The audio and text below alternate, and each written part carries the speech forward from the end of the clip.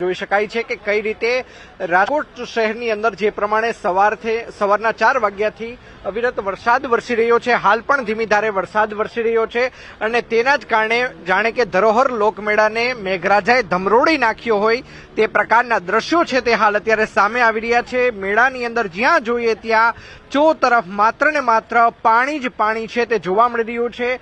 ખાસ કરીને જે સ્ટોલ ધારકો છે તેમને મોટી ભારે હાલાકીનો સામનો છે તે ખાસ કરીને કરવો પડી રહ્યો છે। તેમના જે ફ્રીજ છે તે પણ પાણીની અંદર ગરકાવ થઈ ચૂક્યા છે। તો ગઈકાલે પણ યાંત્રિક રાઈડ શરૂ ન થવાના કારણે મોટા ભાગના લોકો રાજકોટના લોકમેળાની મુલાકાત લેવા નહોતા આવ્યા, તેના કારણે પણ તેમને ફટકો પડ્યો હતો અને આજે વહેલી સવારથી જે પ્રમાણે વરસાદ વરસ્યો છે તેના કારણે એક પણ વ્યક્તિ છે જે મેળાની મજા માણવા માટે નથી આવ્યું। તેના કારણે પણ હું કેમેરામેનને વિનંતી કરીશ કે દ્રશ્યોની અંદર પણ બતાવવાનો પ્રયત્ન કરે કે કઈ રીતે જે સ્ટોલ ધારકો છે તેમને નવરા ધૂપ બેસવાનો છે તે વારો આવ્યો છે। સ્ટોલ ધારકો પણ માગણી કરી રહ્યા છે કે જે પ્રમાણે 5 દિવસના લોકમેળામાંથી 2 દિવસ તેમના બગડી ચૂક્યા છે, છઠ અને સાતમ દસમના રોજ આ મેળો છે તે પૂર્ણ થવાનો છે, ત્યારે તેમને 2 દિવસ આ જે મેળો છે તે એક્સટેન્ડ કરવાની આ માગણી છે તે કરવામાં આવી રહી છે। ત્યારે લોકમેળા સમિતિ દ્વારા તેમની માગણી પૂરી કરવામાં આવે છે કે કેમ તે જોવું અતિ મહત્વનું બની રહેશે। હું કેમેરામેનને પણ વિનંતી કરીશ કે તે દ્રશ્યો બતાવવાનો પ્રયત્ન કરે। જોઈ શકાય છે કે આઈસ્ક્રીમનો સ્ટોલ છે અને આઈસ્ક્રીમના સ્ટોલની અંદર સ્વાભાવિક છે કે ફ્રીજ રાખવાની ફરજિયાત પડે અને જોઈ શકાય છે કે કઈ રીતે આ તમામ જે ફ્રીજ છે, ન માત્ર એક ફ્રીજ પરંતુ તમામ જે ફ્રીજ છે તે પાણીની અંદર ગરકાવ થઈ ચૂક્યા છે।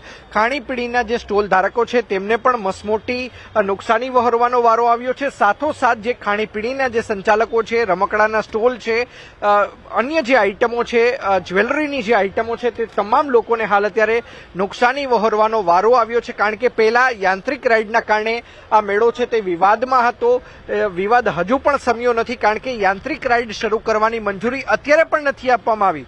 ચોક્કસ ગઈકાલે મોડી રાત્રે જે તમામ જે યાંત્રિક રાઈડના સંચાલકો હતા તેમને કહેવામાં આવ્યું હતું કે તમે યાંત્રિક રાઈડ ફિટ કરી શકો છો। અત્યારે પણ દ્રશ્યોમાં જોઈ શકાય છે કે તમામ રાઈડ છે તે ફિટ થઈ ચૂકી છે, પરંતુ એક પણ રાઈડને અત્યાર સુધી મંજૂરી આપવામાં નથી આવી એસઓપીના કડક વલણના કારણે। એક વાત એવી પણ સામે આવી હતી કે તંત્ર દ્વારા યુટર્ન લેવામાં આવી શકે તેમ છે।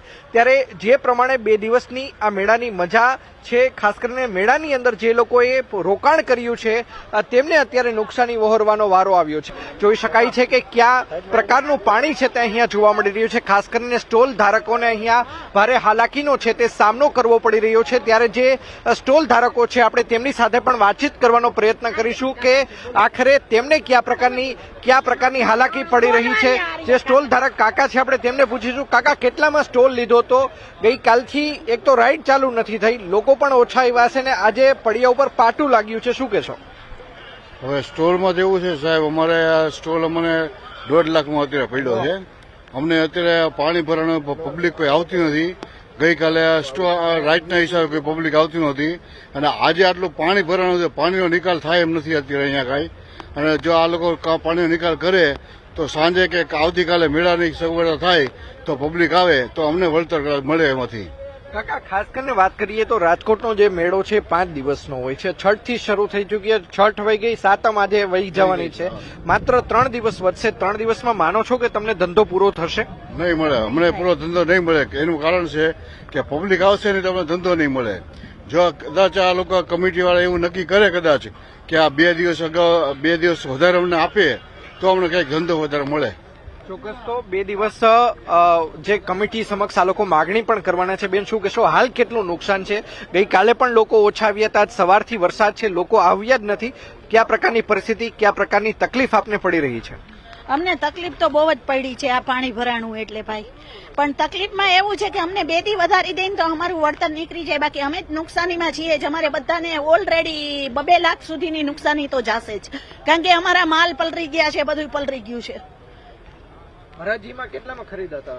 હરાજીમાં કાટખૂણો છે 1,05,000 થી હરાજી ચાલુ બોલવાની હતી, એટલે કોઈ ઊંચી બોલી બોલે એને કોઈને 1.5 પડ્યો, કોઈને 1,70 પડ્યો, કોઈને 1,40 પડ્યો, એ રીતે પડ્યો છે। 1,05 થી બોલી બોલવાની હતી। ચોક્કસ તો અપસેટ પ્રાઇસ છે તે 1,05,000 રાખવામાં આવી હતી. અન્ય લોકો પણ આપણી સાથે છે. શું કહેશો બેન, વરસાદી પાણી અત્યારે ભરાઈ ચૂક્યા છે, જોકે ઘણા સમયથી વરસાદ નહોતો આવ્યો, વરસાદની પણ જરૂર હતી, શું કહેશો? વરસાદ આવ્યો એ માટે બહુ જ ખુશ છીએ કે મેઘરાજા આપણી ઉપર અત્યારે થયા છે કૃપમાન. તો મેળાનું એવી રીતે છે કે પાણી ભરાયા છે બરોબર છે, પણ હું સરકાર પાસે એવી માંગણી કરું છું કે 2 દિવસ મેળો હજી લંબાવવો જોઈએ. ચોક્કસ તો 2 દિવસ મેળો છે તે લંબાવવો જોઈએ. શું કહેશો, ખાસ કરીને જે પ્રમાણે પાણી ભરાયા છે, મોટરો મૂકીને પાણી બહાર કાઢવી તે પ્રકારની ફરજ પડી રહી છે, શું કહેશો? મોટર મૂકીને પાણી બહાર કાઢવું પડે, જે લોકોના કામકાજ ધંધા જે કઈ સ્ટોલ બોલ કર્યા હોય એ વ્યવસ્થિત ચાલુ થઈ જાય, પાછા એ લોકોને જે ખર્ચો કર્યો હોય એનું વળતર મળે, એના માટે 2 દિવસ વધારી જો ગવર્મેન્ટ દે તો એના માટે બહુ સારું કહી શકાય છે. કારણ કે આ જો મેળો છે 5 દિવસ, આજનો દિવસ તો સાવ ફેલ જ ગયો છે. આ લોકોએ ધંધો એટલા માટે જ અહીંયા કર્યો હોય, સ્ટોલ નાખ્યા હોય કે કમાણી માટે, પણ એમાં મેઘરાજા આવ્યા એટલે આપણે ખુશ તો બધા છીએ જ, પણ વાત એમ છે કે સરકાર આ 2 દિવસ વધારે લંબાવી દે તો ચાલે. ચોક્કસ તો આ બધી દુકાન પાસે તમે જાય અને વિડીયો ઉતારો, બધાની દુકાનમાં પાણી છે, જોઈ લ્યો. કોઈ એક દુકાનની લાઈન તમે જોઈ લ્યો, અંદર પાણી ન હોય તો કેજો. આ તમારી સામે જ છે, વિડીયો ઉતારીને દેખાડો. તમ તારે નુકસાની તો જો કોઈ પણ ને લાખની હોય, કોઈને 1.5 લાખની હોય, કોઈને વધારે માલ પેલો હોય 3 લાખની હોય, કઈ નક્કી ન હોય આમાં, કારણ કે સ્ટોલ આપણે એ પ્રમાણે મોંઘા આવ્યા છે. એટલે ચોક્કસ તો સ્ટોલ પણ મોંઘા આવ્યા છે. દ્રશ્યોમાં જોઈ શકાય છે કે કઈ રીતે ઠેર ઠેર પાણી છે તે ભરાઈ ચૂક્યું છે. હું આ સ્ટોલ બતાવવાનો પ્રયત્ન કરીશ. જોઈ શકાય છે કે અંદર એક પણ વ્યક્તિ નથી. એક પણ વ્યક્તિ એટલા માટે નથી કે હાલ લોકમેળો તો શરૂ છે, પરંતુ પાણી એટલું ભરાયેલું છે કે લોકો અહીંયા આવવાના નથી. તેના જ કારણે સ્ટોલ અત્યારે ખાલીખમ છે. આઈસ્ક્રીમના જે સ્ટોલ છે તે ખાલીખમ જોવા મળી રહ્યા છે. સાથોસાથ જે ખાણીપીણીના અન્ય સ્ટોલ છે ત્યાં પણ જોઈ શકાય છે કે અહીંયા કોઈ ખરીદાર આવી નથી રહ્યું, તેના કારણે પણ સ્ટોલ છે તે ખાલીખમ જોવા મળી રહ્યા છે. બીજી તરફ હું કેમેરામેનને વિનંતી કરીશ કે તે રમકડાના જે સ્ટોલ છે તેને પણ દ્રશ્યો બતાવે. જોઈ શકાય છે કે લોકોએ આગળ એક પાર્ટીશન પાડી દીધું હોય તે પ્રકારના દ્રશ્યો છે, કાપડ પાથરી દીધું હોય તે પ્રકારના દ્રશ્યો છે તે જોવા મળી રહ્યા છે. કારણ કે લોકોને પણ ખબર છે કે વરસાદી પાણી અહીંયા ભરાઈ ચૂક્યું છે, તેના કારણે લોકોને નુકસાની છે.